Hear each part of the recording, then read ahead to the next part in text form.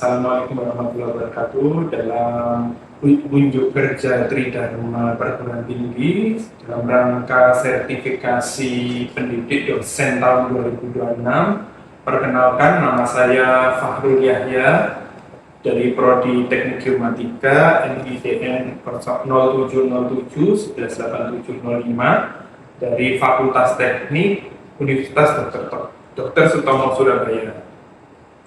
Dalam KTPT sertifikat dosen tahun 2006, saya akan menjelaskan terkait DIA atau Delivery Interaction dan Assessment. Untuk capaian mata kuliah SIG ada 4, diantaranya yaitu mahasiswa mampu menjelaskan konsep dan definisi sistem informasi geografi. CPMK kedua yaitu mahasiswa mampu melakukan identifikasi data sistem informasi geografis dalam proses pengolahan data spasial.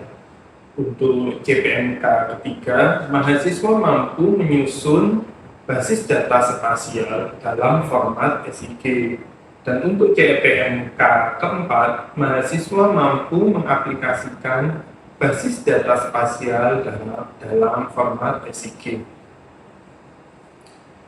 Untuk mata kuliah SIG sendiri, yaitu definisinya sistem perangkat yang dapat mengumpulkan penyempurnaan, pengambilan kembali, transformasi, dan visualisasi dari data spasial permukaan bumi untuk suatu kebutuhan. Sedangkan materi yang saya ajarkan itu terdapat 16 kali tatap muka, diantaranya konsep dan definisi SIG, komponen data, format data dalam SIG, integrasi data. Untuk examnya berupa ujian tengah semester minggu ke-8. Selanjutnya setelah UTS, mahasiswa melakukan fitur data serta konsep dan definisi SIG. Ditambah lagi komponen data serta format data dalam sistem informasi geografis. Dan minggu ke-16, mahasiswa melakukan ujian akhir semester. Untuk pustaka sendiri yang diperlukan terdiri dari 5 buku atau bisa dari jurnal dan penelitian ilmiah yang dilakukan oleh periset itu sendiri. Selanjutnya, media pembelajar yang digunakan menggunakan software yang terdapat pengolahan informasi spasial, diantaranya QGIS atau ArcGIS atau MapInfo, di mana software tersebut digunakan untuk mengolah data spasial. Assalamualaikum warahmatullahi wabarakatuh. Terima kasih sudah hadir di kelas SID. Oke, saya buka dengan bacaan doa dulu. Bismillahirrahmanirrahim. Allahumma inni as'aluka ilman nafi'an wa rizqan thayyiban wa amalan mutaqabbalan. Di mata kuliah SIG kita akan belajar mengenai data spasial, di mana data spasial berhubungan dengan informasi spasial. Sebelum kita mendetail ke materi, saya akan menjabarkan untuk kontrak kuliah terlebih dahulu. SIG serta sistem penyimpanan data spasial dalam format SIG, komponen data, dan SIG. Dan untuk minggu kedua dan ketiga, yaitu mampu menjelaskan sistem penyimpanan data spasial serta komponen data dalam SIG. Untuk minggu keempat dan 5, yaitu mampu menjelaskan format data, sumber data, beserta kualitas data dalam SIG. Untuk minggu ke-6 dan ke-7, mampu menjelaskan integrasi data yang berkaitan dengan kesesuaian referensi yang digunakan dalam SIG. Minggu ke-7 yaitu UTS, di mana UTS minggu ke-8 ini saya pakai untuk progres dalam pembuatan tugas besar atau proyek. Kalau di kurikulum LAM itu kita punya proyek akhir ya.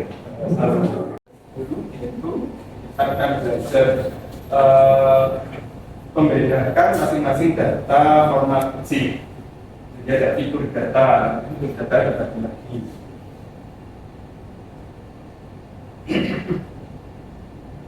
Minggu 11 dan 12 yaitu melakukan konversi data dengan metode yang akan digunakan. Materinya yaitu belajar konversi, terus metode konversi data. Terus minggu ke-13 itu melakukan proses konversi sendiri dalam pengolahan data spasial. Ini prosesnya, jadi kita belajarnya berurut dari sistem sistematis. Terus minggu ke-14 kita akan belajar terkait proses topologi, di mana proses topologinya dan bagaimana struktur datanya. Terus minggu ke-15 menyusun basis datanya. Oh ya, kalian sudah dapat mata kuliah Simbada belum? Belum. Semester kapan? 3. Iya 3 ya. Soalnya teman-teman angkatan 2025 itu kan kurikulumnya pakai 2022 kalau nggak salah. Apa gimana? Kurikulum yang kemarin yang teman-teman 2025. Nggak tahu. Oh, belum ada informasi. Kalau ada ini apa? Kurikulum 2022. Oke, terkait saya lanjut ya. Untuk yang penjelasan RPS ada yang ditanyakan atau ada yang terdiskusikan? Ada ya, langsung saja.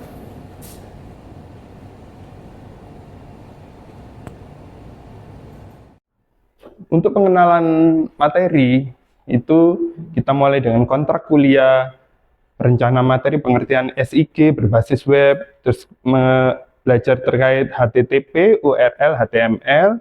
Minggu ke-4 akan belajar basis data. Minggu ke-5 belajar terkait membuka INAGEO portal, terus minggu ke-6 OpenGeo atau bisa digunakan GeoServer. Minggu ke-7 kita membuka WebGIS dan analisis spasial, dan minggu ke-8-nya kita melakukan examination ya, atau exam ujian berupa UTS. Untuk materi minggu ke-9 yaitu kita belajar terkait dasar-dasar Google Earth Engine. Tapi bisa juga belajar terkait QGIS to Web atau ArcGIS Online. Diawali dengan membuat akun. Selanjutnya minggu ke-10 yaitu belajar terkait pengantar data spasial serta menampilkan data DEM atau untuk mengatur ketinggian. Dan minggu 11 memilih waktu perekaman citra, serta menampilkan berbagai level pemrosesan. Dan minggu ke-12 membersihkan awan atau cloud, serta melakukan transformasi indeks vegetasi. Kita akan melanjutkan terkait mata kuliah SIG berupa konsep dasarnya. Konsep dasar dari SIG. Ini ada 6, yaitu ada memasukkan atau capturing, menyimpan, saving, mengambil, manipulasi, menganalisis atau menganalisa, dan menampilkan data-data berikut spasial. Untuk memasukkan data, yaitu berupa capturing, kita membutuhkan data-data di lapangan, di mana data-data di lapangan itu kuncinya ada 3, yaitu titik, garis, dan poligon. Misalnya titik, kita butuh koordinat. Terus data poligon, kita butuh data jalan atau jaringan sungai. Poligon kita butuhkan itu area permukiman atau area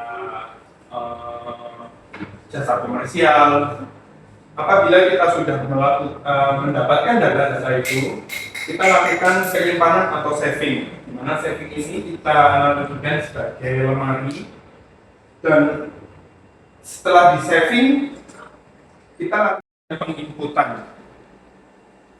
Setelah itu kita lakukan manipulasi atau rekayasa, di mana rekayasa ini, data-data ini mau dibikin apa? Misalnya dipakai untuk data atribut spasial terkait ini apa? Sebaran RTH atau sebaran tempat pembuangan sampah sementara. Nah, setelah itu dilakukan analisis. Nah, analisis itu bisa analisa topologi, petanya bentuk WebGIS atau bisa bentuk desktop, tergantung kebutuhan juga. Tapi biasanya kalau untuk dinas, data-data itu diupload di WebGIS-nya. Kalau kalian butuh data-data misal tentang RBI supaya bisa di-download oleh masyarakat umum, berarti data itu open access atau WebGIS, itu bisa di-download. Bukan rahasia maksudnya. Tapi untuk data-data tertentu, misalnya terkait yang saya sering temui itu di dunia militer, itu ada lokasi-lokasi yang tidak bisa di open access karena data tersebut bersifat rahasia.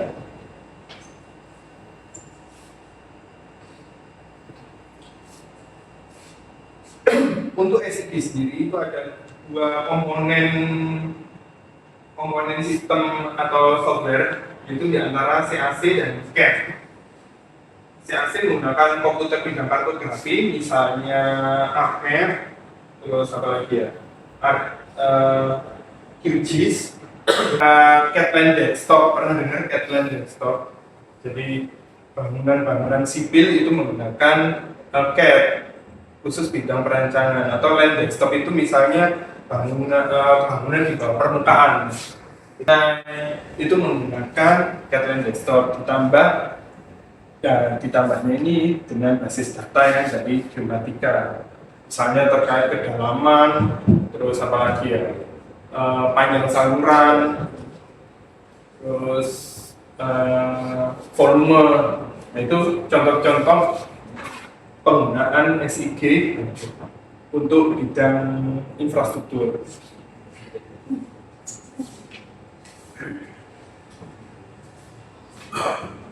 Untuk basis data sendiri, itu ada bermacam-macam, di antara ada menggunakan transportasi, militer, utilitas, pariwisata, lingkungan, bisnis, dan perencanaan.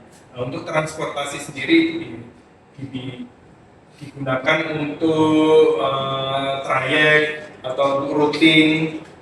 Terus untuk militer juga sama, dipakai untuk misalnya untuk angkatan laut, itu daerah-daerah kapal yang boleh dilewati di perairan mana saja, kan dibedakan untuk jalur militer sama jalur yang non militer, kan nggak boleh ini jadi satu. Utilitas itu misal jaringan listrik, air, terus apa pipa gas, macam-macam. Nah, untuk pariwisata juga sama, misalnya lokasi lokasi wisata terkait pantai, di mana titik-titiknya, atau wisata ini wisata taman, misalnya di Surabaya ya, saya ambil contoh di Surabaya misalnya ada taman prestasi, taman bungkul, itu masuk ke ini titik-titik atau sebaran atau koordinatnya. Nah, lingkungan ini juga bisa diaplikasikan dalam bentuk peta juga, misalnya kebakaran hutan, terus apalagi banjir, terus air yang tercemar atau udara yang sudah tercemar juga. ABC, misalnya kafling A ini koordinatnya berapa, XY-nya berapa, terus pemilik lahannya siapa. Nah, ini teman-teman dari BPN biasanya yang mengerjakan basis data. Jadi yang kerja di BPN itu bukan hanya orang-orang di lulusan geomatika, tapi ada yang geomatika yang di bidang software engineering. Jadi dia membuat ke basis datanya gitu. Terus ini saluran air misalnya dari dinas PU. Saluran air pun masih dibagi-bagi lagi. Jadi semacam percabangan salurannya. Ada saluran tersier, saluran primer. Kayak depan ini kali apa? Bukan sungai. Kalau kalian menyebut sungai itu salah. Kalau merujuk ke anunya PU. Iya, drainase. Sama kalian kalau menyebut di Surabaya banjir, oh salah. Apa? Genangan. Genangan yang tidak surut selama 3 jam itu nyebutnya banjir. Itu bahasa yang ya sebegitulah. Jadi sebutannya berbeda ya. Ini jalan sama juga, jalan ini kayak saluran, dia menjadi ini apa namanya percabangan atau istilahnya apa ya, fishbone ya. Jadi ada jalan tersier itu yang mengelola itu siapa, jalan primer itu siapa yang mengelola itu. Misalnya jalan depan ini ya jalan Semolowaru, siapa yang mengelola? Siapa? Nggak tahu. Iya PU, betul, PU memang. Cuman, iya Pemkot, betul. Jadi, jalan-jalan tersier yang ada di Surabaya, itu yang mengelola itu Pemkot, Dinas PU. Tapi jalan-jalan misalnya Ahmad Yani, terus mana lagi ya? Darmo, terus mana lagi ya? Daerah mau keluar kota, itu jalannya mengelola provinsi. Jadi kalau kalian melihat peta apa itu namanya RBI itu di legendanya itu kan ada yang merah banget, ada yang merah saksrit, ada merah yang tipis-tipis. Nah itu menunjukkan pengelolanya gitu. Ke sesi selanjutnya yaitu terkait komponen data di informasi geospasial. Ini saya bikin poinnya aja ya. Nanti kalau kalian bikin PowerPoint itu ya gini aja, nggak usah banyak-banyak RSWS-nya. Yang penting poin-poinnya, namanya aja kan PowerPoint, jadi poin-poinnya. Ini saya jelaskan. Nah, komponen data di informasi geospasial ada 3, titik, garis, poligon. Titik itu berupa apa? Nanti jadinya koordinat. Garis itu apa? Garis itu kalau di mana? ArcGIS atau QGIS kan? Ya straight gini ya. Itu nanti kan bisa membentuk ini apa? Jaringan jalan, jaringan sungai, macam-macam. Nah, kalau poligon nanti arahnya ke area. Jadi area itu mesti menutup gitu. Ini. Nanti diketahui luasannya. Itu poligon. Jadi kunci dari SIG atau informasi data spasial itu ya di sini. Ini biasa ditanyakan waktu sidang skripsi. Jadi basic banget. Kalau kalian terkait SIG kunci tak jadi ketemu ini. Kayak gitu. Karena ini basic, kalau nggak tahu ini ya lanjut. Ini titik. Kalau titik itu mempresentasikan geometri yang paling dasar, khususnya untuk spasial. Jadi misalnya titik berupa koordinat X, ya koordinatnya apa? X dan Y. Ini nggak ada speaker ya. Jadi kalau X itu apa, Y itu apa. Kalau nanti ketambahan Z berarti elevasi, huh? elevasi ketinggian. Ya, terus nanti bentuk kontur, bentuk sudut. Ya. Garis ya, juga garis ini. Sini aja lah, langsung aja yang tadi sudah saya jelaskan. Poligon juga sama. Nah, objek 3 dimensi ya, objek 3 dimensi ini saya bukan gambar-gambarnya. Jadi objek 3 dimensi itu bisa dilihat dari kalau geometri itu bangun ruang ya, yang lain ya. Dan saya ambilkan contoh tabung. Ini kan tabung, kalau misalnya digambar kan kelihatan bayangan kan, jadi bayangannya ini 2 dimensi, ini 2 dimensi. Tapi kalau misalnya ini tak gambar, ini nempel di sini, nempel di gambar, ini 3 dimensi. Tapi kalau sudah ini keluar dari layar, ini sudah lebih dari 3 dimensi, saya nyata. Sudah 100 dimensi, ya 100 dimensi masih lebih ya. Bisa dipegang, bisa dilihat komputer di situ. Namanya sudah lebih 3 dimensi. Oke, ada pertanyaan? Mohon izin Pak Barul. Ya, silakan. Terima kasih atas pemaparan materinya. Saya di sini izin bertanya, apakah dari semua jenis data itu dapat menggunakan sistem informasi geografis, Pak? Untuk semua jenis data itu bisa selama ada 3 poin yang saya jelaskan tadi. Dia ada titik, ada garis, dan ada area atau poligon. Di mana titik atau poin itu merujuknya ke koordinat, sedangkan garis itu nanti bisa ke arah jaringan jalan atau jaringan sungai. Terus untuk yang poligon itu nanti mengarahnya ke area atau besaran, di mana nanti bisa diketahui luasannya atau besaran dari suatu area tersebut. Misalnya permukiman, berapa besar luas area permukiman, berapa besar luasan area jasa komersil di kecamatan A, kecamatan B. Oke, terima kasih Mas Rekan. Oke, selanjutnya siapa? Baru mohon izin mau bertanya, Oke, silakan. apakah perbedaan mendasar dari WebGIS dan SIG? Oke, terima kasih. Oke, terima kasih di materi SIG. Bisa kita ambil kesimpulan bahwa SIG itu sangat berguna bagi kehidupan kita, terutama untuk segala aktivitas kita. Misalnya kita mau butuh makan, pakai Gojek atau pakai Grab, terus kita membeli barang, kita menggunakan marketplace, misalnya Shopee, Tokopedia, dan itu dasar-dasarnya menggunakan infrastruktur geospasial. Dan komponennya itu tadi terdiri dari titik, garis, dan poligon. Itu kuncinya. Jadi kunci dasar dari infrastruktur geospasial atau data spasial ya 3 itu tadi. Terima kasih sudah hadir di mata kuliah saya. Saya akhiri dengan wassalamualaikum warahmatullahi wabarakatuh. Waalaikumsalam.